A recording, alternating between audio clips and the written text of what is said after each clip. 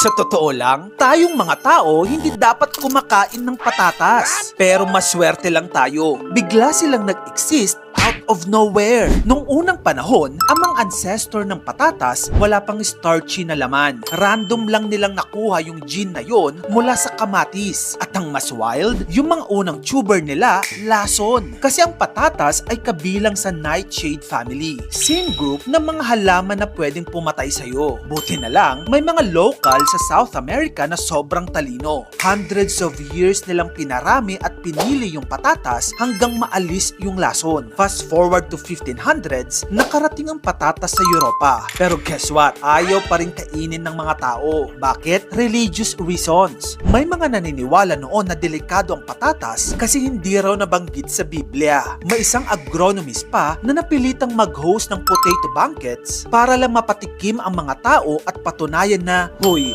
safe ito." Kaya kung iisipin mo lahat ng pinagdaanan ng patatas, lason, religion, skepticism, ang katotohanang nakakain ka ng kahit isang French fry today, low-key, Himalayan.